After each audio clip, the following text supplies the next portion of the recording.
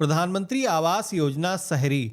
इस योजना के अंदर घर बनाने के लिए सरकार की तरफ से 2.5 लाख रुपए यानी कि 2,50,000 रुपए की आर्थिक सहायता दी जाती है। तो अगर आप घर बनाने के लिए ये सहायता लेना चाहते हो तो किस तरीके से आप ऑनलाइन अप्लाई करोगे, इस वीडियो के अंदर लाइव दिखाऊंगा। अप्लाई करने के बाद में जल्दी से अप्रूवल आप कैसे पा सकते हो, इंटायर जर्नी आपको दिखाने वाला हूँ। सबसे पहले तो आपको अपना जो ब्राउज़र है वो ओपन करना है और यहाँ पर आपको सर्च करना है PMAY। तो आप सभी के सामने इसकी जो ऑफिशियल वेबसाइट है आ जाएगी। वैसे इसका जो लिंक है हमने वीडियो के डिस्क्रिप्शन में और पिन कमेंट के अंदर भी आपको दे रखा है, जहाँ से भी आप डायरेक्टली इस पोर्टल पर आ सकते हो। अब अभी आप देखोगे कि प्रधानमंत्री आवास योजना जो शहरी क्षेत्र में चलाई जाती है, जिसके अंदर 2.0 जो नई स्कीम आई है, इसके अंदर 1 करोड़ नए आवास दिए जाएंगे, जिसके लिए ऑनलाइन आवेदन शुरू हो चुका है। पॉपअप को हम क्लोज कर देंगे और यहाँ पर हमें अप्लाई फॉर PMAYU 2.0 इसे सेलेक्ट करेंगे। जैसे हमने सिलेक्शन किया है तो हम रिडायरेक्ट हो जाएंगे अगेन दूसरे पोर्टल पर, जहां पर आपको ऑप्शन मिलेगा ऑनलाइन एप्लीकेशन ओपन। इसी ऑप्शन पे आपको क्लिक करना है। अब यहाँ पर आप सभी के सामने कुछ इस तरीके का इंटरफेस आएगा, जहां पर आपको सबसे पहले तो ये बताया जाएगा कि शहरी क्षेत्र के अंदर जो आवास योजना चलाई जाती है वो डिफरेंट तरीके से लोगों को लाभ दिया जाता है। तो इसमें कई सारी कैटेगरीज हैं, जैसे कि यहाँ पर पहला ऑप्शन मिलता है BLC, बेनिफिशियरी लेड कंस्ट्रक्शन। अगर आपके पास में खुद की जमीन है और उस जमीन पर आप कंस्ट्रक्शन करना चाहते हो तो इस पर आपको सरकार की तरफ से 2.5 लाख रुपए दिए जाएंगे घर बनाने के लिए, जिसमें कि आपकी जो जमीन है 45 स्क्वायर मीटर के अंदर आपका जो घर है वो बनेगा। इसके अंदर एक शर्त है कि आपकी जो आय है वो 3 लाख रुपए साल से ज्यादा नहीं होनी चाहिए। इसी के साथ में अगला है अफोर्डेबल हाउसिंग पार्टनरशिप, जिसमें कि गवर्नमेंट की तरफ से आपने देखा होगा कि शहरी क्षेत्र के अंदर जो फ्लैट बनाए जाते हैं तो कई सारे प्राइवेट बिल्डर हैं या फिर गवर्नमेंट की तरफ से खुद आवास बनवाए जाते हैं और वो जो आवास का बेनिफिट ले सकते हो। इसके अंदर भी आपकी जो इनकम है वो मैक्सिमम 3 लाख रुपए होनी चाहिए। इसी के साथ में ARH है, अफोर्डेबल हाउसिंग फॉर रेंटल। तो अगर कोई ऐसा व्यक्ति है जो प्रवासी मजदूर है, काम कागजी महिलाएं हैं, स्ट्रीट वेंडर हो गए, रिक्शे वाले हो गए, हॉस्टल में रहने वाले लोग हो गए, तो वो चाहे तो इस योजना के अंदर रेंटल पर घर ले सकते हैं, जिसमें कि गवर्नमेंट की तरफ से 3 लाख रुपए से 6 लाख रुपए की जो इनकम ग्रुप के लोग हैं उनको इसके अंदर शामिल किया जाता है। इसी के साथ में सब्सिडी लेना है तो इसके अंदर जो इनकम का एरिया है वो 3 लाख रुपए से लेकर के 9 लाख रुपए के बीच में अगर आपकी इनकम है, यानी कि EWS, LIG, MIG सारे कैटेगरी के जो लोग हैं वो इस योजना के अंदर बेनिफिट ले सकते हैं। तो जैसे कि इस वीडियो के अंदर हम देखने वाले हैं कि खुद की जमीन पर कंस्ट्रक्शन करने के लिए जो सरकार की तरफ से 2.5 लाख रुपए दिए जाते हैं आवास बनाने के लिए, इसके लिए हमें कैसे अप्लाई करना है। तो हमने यहाँ पर क्या किया है, क्लिक टू प्रोसीड के ऑप्शन पे क्लिक करेंगे। अब इस योजना के अंदर बेनिफिट लेने के लिए क्या क्या जरूरी दस्तावेज आपके पास में होने चाहिए, तो मेन तो आपके पास में आधार कार्ड आपका होगा ही। इसी के साथ में परिवार के आपके आधार कार्ड हो गए, अगर पति अप्लाई कर रहा तो उसे पत्नी की आधार कार्ड की जरूरत होगी। इसी के साथ में आपकी बैंक पासबुक हो गई, जिसके अंदर आपके जो पैसे आएंगे। आय प्रमाण पत्र भी जरूरी कर दिया गया है। पहले क्या होता था कि इनकम सर्टिफिकेट जरूरी नहीं था, लेकिन अभी इनकम सर्टिफिकेट भी आपको देने की जरूरत होगी। भूमि दस्तावेज, तो आपका जमीन जो भी है जहां पर कंस्ट्रक्शन करोगे उसका कोई ना कोई पेपर आपके पास में होना चाहिए। तो हम यहाँ पर प्रोसीड की टैब पे क्लिक करेंगे।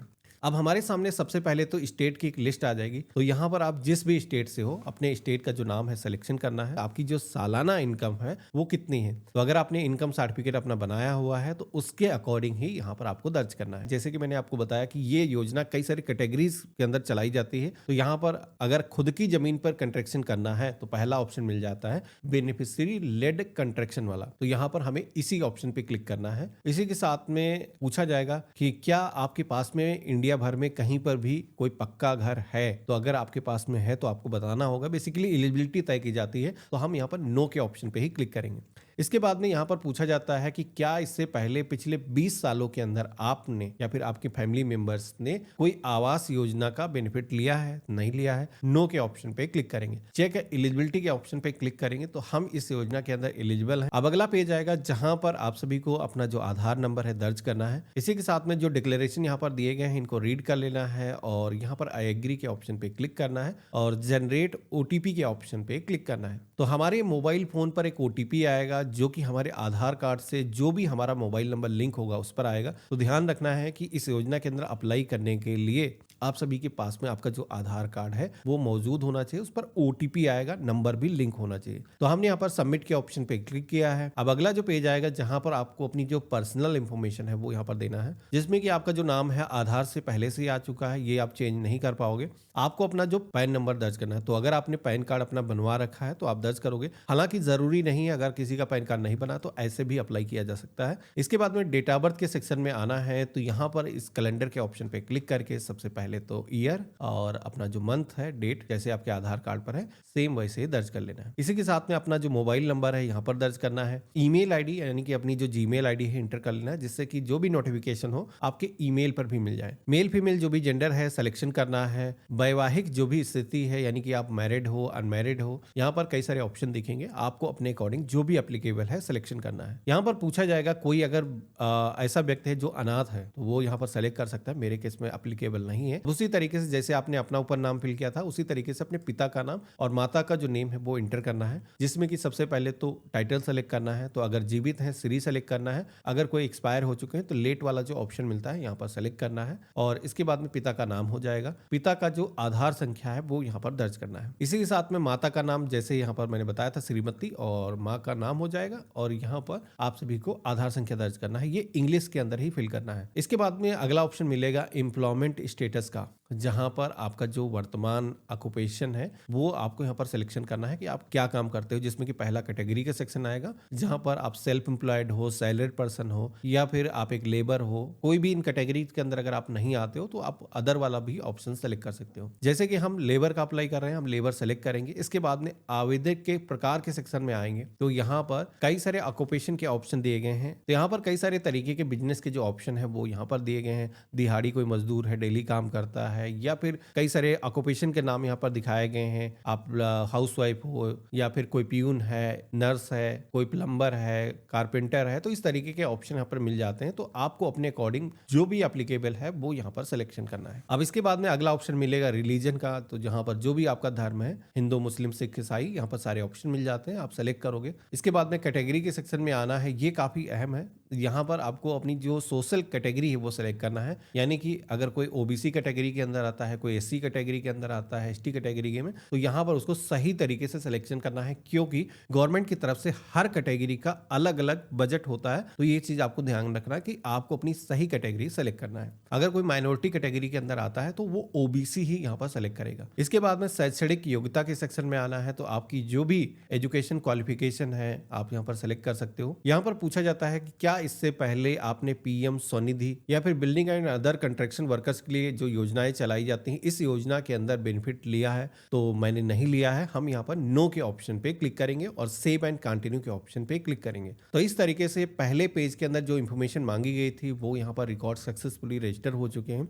अब अगला स्टेप आता है जहां पर फैमिली मेंबर की जो डिटेल है वो यहाँ पर दर्ज करना है, जिसमें कि आप सभी को सबसे पहले तो आपका जो नाम है यहाँ पर पहले से दिखेगा। इसके अलावा परिवार के अंदर जो भी अन्य सदस्य हैं, जैसे कि मान लो आपके परिवार में आपकी वाइफ हो गई, या फिर वाइफ अप्लाई कर रही है तो उसके पति हो गए, उसके बच्चे हो गए, तो उनको यहाँ पर 1 बाय 1 ऐड करना है। यहाँ पर ऐड रो का ऑप्शन मिल जाता है, जिसपे आप क्लिक करके आप सबसे पहले तो जो भी उनका नाम है, उनकी डेट ऑफ बर्थ और उनसे क्या रिलेशन है आपका यहाँ पर सिलेक्शन करना है। जेंडर यहाँ पर सिलेक्ट करना है और उनका आधार नंबर। ऑक्यूपेशन उनका हर व्यक्ति का ऑक्यूपेशन यहाँ पर सिलेक्शन करना होगा कि क्या वो कार्य करते हैं। हालांकि कोई स्टूडेंट अगर है काम नहीं करता तो यहाँ पर स्टूडेंट का भी ऑप्शन दिया गया है। तो इस तरीके से हम सेलेक्ट कर लेंगे और यहाँ पर सारे फैमिली मेंबर के नाम ऐड हो जाने के बाद में हमें यहाँ पर सेव एंड कंटिन्यू के ऑप्शन पे क्लिक करना है। अब इसके बाद में अगला सेक्शन आता है जहां पर आप सभी को अपनी जो हाउस होल्ड डिटेल है वो यहाँ पर शेयर करना है। अब यहाँ पर आपको अपना जो इनकम सर्टिफिकेट है अपलोड करना है, जो आपने यहाँ पर इनकम दर्ज करी है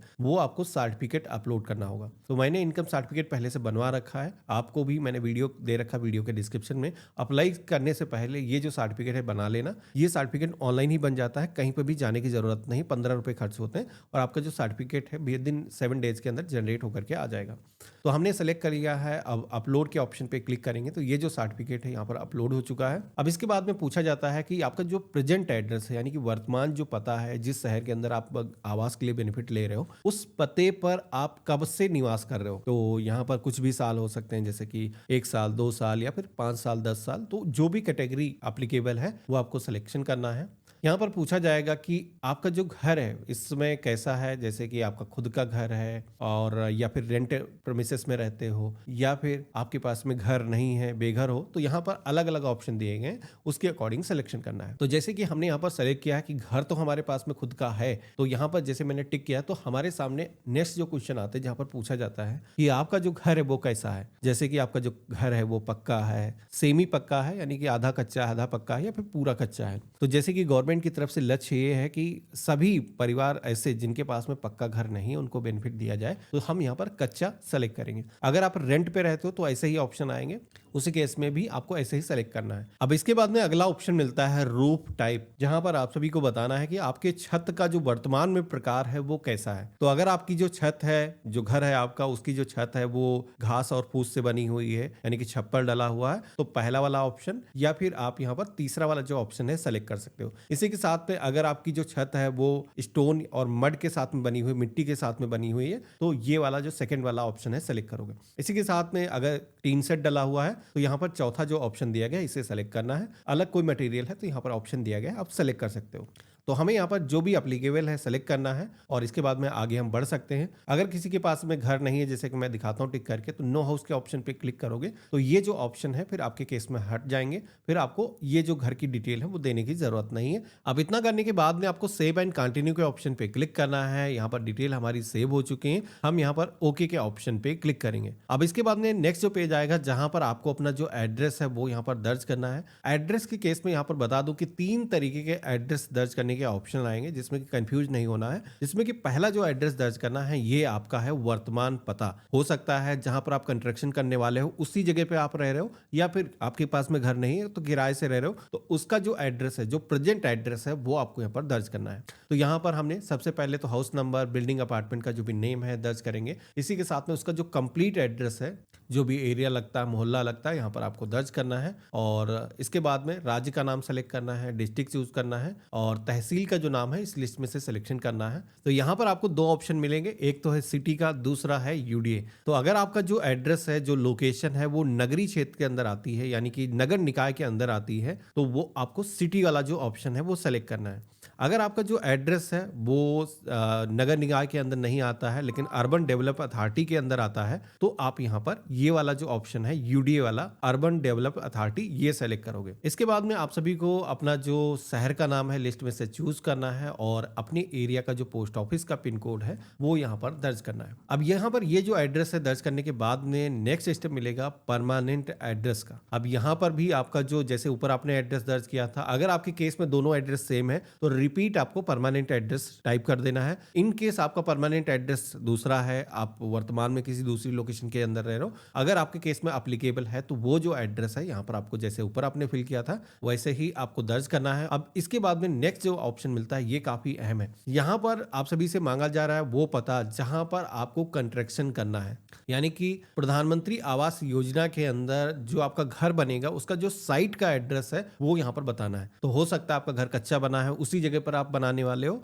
तो सेम पता जो ऊपर आपने दर्ज किया था पर प्रेजेंट में वो आप यहाँ पर दर्ज कर सकते हो। लेकिन अगर आपके केस में डिफरेंट है तो यहाँ पर जो भी साइट पर आप घर बनाने वाले हो वो जो प्लॉट है उसकी जो लोकेशन है वो यहाँ पर दर्ज करना है। तो यहाँ पर सबसे पहले तो अगर कच्चा घर है तो हाउस नंबर कुछ मिला हुआ है तो आप दर्ज कर सकते हो, नहीं है तो ये इंपॉर्टेंट नहीं है। गली मोहल्ला जहां पर भी लोकेशन है प्लॉट की वो आपको दर्ज करना है और जिले का नाम सेलेक्ट करना है, उप जिले का नाम यानी कि तहसील का नाम हो जाएगा। उसी तरीके से जैसे कि ये जो लोकेशन है सिटी के अंदर आती है, नगर निगम के अंदर आती है, तो ऐसे में सिटी वाला ऑप्शन सेलेक्ट करना है। अगर म्युनिसिपल कॉर्पोरेशन के अंदर आपकी जो लोकेशन है एड्रेस आता है, अगर वो उसके दायरे में नहीं आता है तो अर्बन डेवलपमेंट अथॉरिटी ये वाला जो ऑप्शन है यूडीए वाला, इसे सेलेक्ट कर लेना है और उसी तरीके से अपना सिटी सेलेक्ट करना है, पिन कोड दर्ज कर लेना है। अब इसके बाद में यहाँ पर एक दस्तावेज इनकम सर्टिफिकेट के बाद में दूसरा जो अपलोड करना है वो है आपके लैंड की डिटेल। तो ये जो जमीन है आपके नाम से कैसे आई है, जैसे कि कोई पट्टा हुआ है, आपको आपने रजिस्ट्री कराई है, खरीदी है,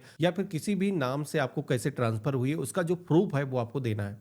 तो अगर आपने रजिस्ट्री कराई है तो उसकी जो रजिस्ट्री की कॉपी है वो अपलोड करना है। अगर आपके नाम से किसी भी तरीके से आई है, उसका कोई एविडेंस मौजूद है, तो वो आपको यहाँ पर अपलोड करना है। तो यहाँ पर हम क्या करेंगे, पीडीएफ फाइल बना लेंगे जो भी दस्तावेज है, क्योंकि उसके अंदर मल्टीपल पेजेस होंगे, तो पीडीएफ फाइल बना लेनी है, सारे पेजेस को एक ही में मर्ज कर लेना है और उसके बाद में ये जो फाइल है यहाँ पर अपलोड करना है, सेलेक्ट कर लेना है और इसके बाद में ओपन के ऑप्शन पे क्लिक करना है, अपलोड के ऑप्शन पे क्लिक करना है। तो इस तरीके से ये जो दस्तावेज हमारा सक्सेसफुली अपलोड हो चुका है। हमें यहाँ पर सेव एंड कंटिन्यू के ऑप्शन पे क्लिक करना है। अब इसके बाद में हमारे सामने अगला जो पेज आएगा वो है बैंकिंग डिटेल का। सरकार की तरफ से ये जो बेनिफिट है जब आपको दिए जाएंगे तो इसी बैंक खाते के अंदर ये जो फायदे हैं आपको मिलेंगे, जिसमें कि ध्यान से जो भी आवेदक है उसी का जो खाता नंबर है वो आपको यहाँ पर दर्ज करना है। सबसे पहली वाली लाइन में बैंक खाता की जो संख्या है यानी कि नंबर है, अकाउंट नंबर हो जाएगा। कंफर्म के सेक्शन में रिपीट अपना जो अकाउंट नंबर है दर्ज करना है। आईएफएससी कोड यहाँ पर रहेगा जो कि आपकी पासबुक या फिर चेकबुक आपके बैंक की है तो उस पर मिल जाएगी, हम यहाँ पर दर्ज करेंगे और गेट बैंक डिटेल इस ऑप्शन पे क्लिक करेंगे। तो हमारे सामने बैंक की जो इन्फॉर्मेशन है वो फेच होकर के आ जाएंगी, यानी कि हमारा जो खाता है वो सही है क्योंकि ब्रांच का जो नेम है वो यहाँ पर सेलेक्ट होकर के आ चुका है। लेकिन अकाउंट नंबर एक बार जरूर वेरीफाई कर लेना है। इसके बाद में यहाँ पर कुछ सरकार की ऐसी योजनाएं दिखाई जा रही हैं जहां पर अगर आप आयुष्मान भारत योजना, उज्ज्वला योजना या फिर मुफ्त सोलर योजना, इस तरीके की जो भी सरकारी योजना है, अगर आपको बेनिफिट मिल रहा है इन योजनाओं के अंदर तो आपको यहाँ पर बताना है। मेरे केस में जैसे कि इससे पहले हमने कोई बेनिफिट नहीं लिए तो हम नो के ऑप्शन पे क्लिक करेंगे। तो हमारे सामने दो ऑप्शन आएंगे जिसमें कि पहले वाले ऑप्शन पे क्लिक करना है जिसमें कि सेल्फ अंडरटेकिंग एक फॉर्म आपको भरना है जो कि डिजिटल तरीके से भरा जाएगा। इसमें आपको केवल कंसेंट को एक्सेप्ट करना है कि हमारी जो इनकम है वो 3 लाख रुपए से ज्यादा नहीं है, हमारे पास में कोई पक्का घर नहीं है, जो प्लाट की हमने लोकेशन दी है कोई विवाद इसके पर नहीं है, हम इस जगह पर अपना घर बनाना चाहते हैं, पिछले 20 सालों के अंदर हमने कोई सरकारी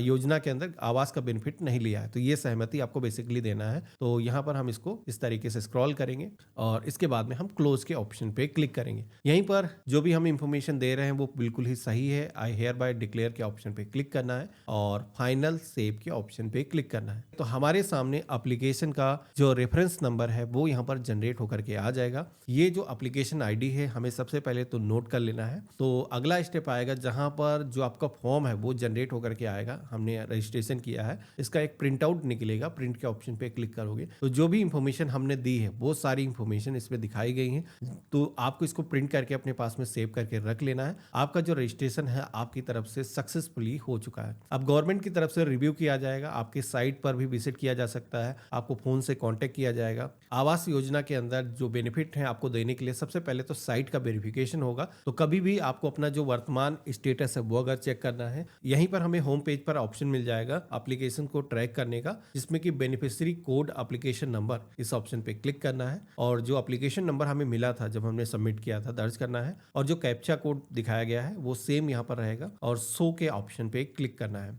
तो जैसे हमने शो के ऑप्शन पे क्लिक किया है तो हमारे सामने वर्तमान जो स्टेटस है वो यहाँ पर आ चुका है। जैसे कि हमने फॉर्म अपना ऑनलाइन भर दिया है, हमारी तरफ से फॉर्म सबमिट हो चुका है। अभी जैसे कि म्युनिसिपल कॉर्पोरेशन के अंदर लोकेशन हमारी आती है तो यहाँ पर उनकी तरफ से इसका जो वेरिफिकेशन है वो पेंडिंग है। जैसे इनकी तरफ से वेरिफिकेशन कंप्लीट होगा तो हमें यहाँ पर अपडेट देखने को मिलेगा। अगर साइट वेरिफिकेशन होगा तो यहाँ पर उसका जो अपडेट है वो आ जाएगा। तो देखा आपने, ये था कंप्लीट प्रोसेस। इस तरीके से हम प्रधानमंत्री आवास योजना शहरी के अंदर ऑनलाइन अप्लाई कर सकते हैं।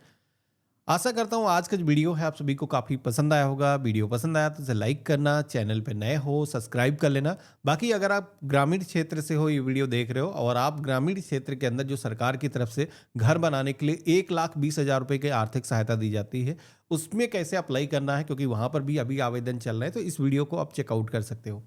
और हम मिलते हैं ऐसे ही एक नया वीडियो में। आप सभी के मन में कोई सवाल है, किसी भी तरीके का कोई सुझाव है तो मुझे लिख करके ज़रूर बताना। गुड बाय, जय हिंद।